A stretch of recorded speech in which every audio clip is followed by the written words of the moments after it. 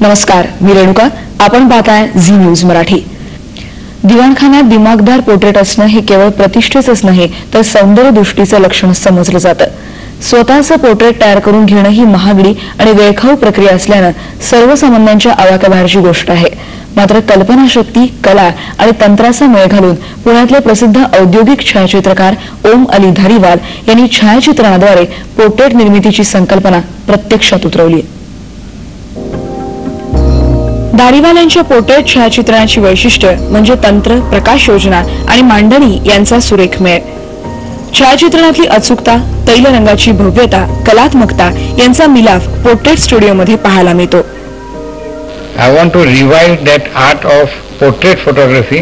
Painter कैसा photograph paint करता है उस तरीके से मैं एक फोटोग्राफ लूँ स्टूडियो में, जिससे मैं इफेक्ट्स वगैरह सब कैमरा के ऊपर ही कर दूँ कि नेगेटिव के ऊपर सब इफेक्ट्स आए, उसका फोटोग्राफिक प्रिंट बनता है तो उसका प्रिंट बनके लैमिनेट करके उसको फ्रेम करके लगाया दीवार पे, तो कोई आके पूछना चाहिए कि ये पेंटिंग है क्या, what is it a photograph और अ पेंटिंग. पोर्ट्रेट फोटोग्राफी या कलेचं पुनरुज्जीवन करण्याचा हा प्रयत्न दाद देण्यासारखा आहे. एरवी पोर्ट्रेट चित्र तयार करण्यासाठी येणाऱ्या खर्चाच्या पावपट खर्च, मात्र यातून साधणारा परिणाम पेंटिंगपेक्षाही उजवा ठरतो.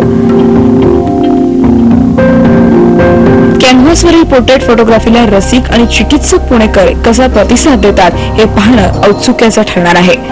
पुण्याहून अद्वैत मेहतासह रेणुका जोशी, झी न्यूज मराठी.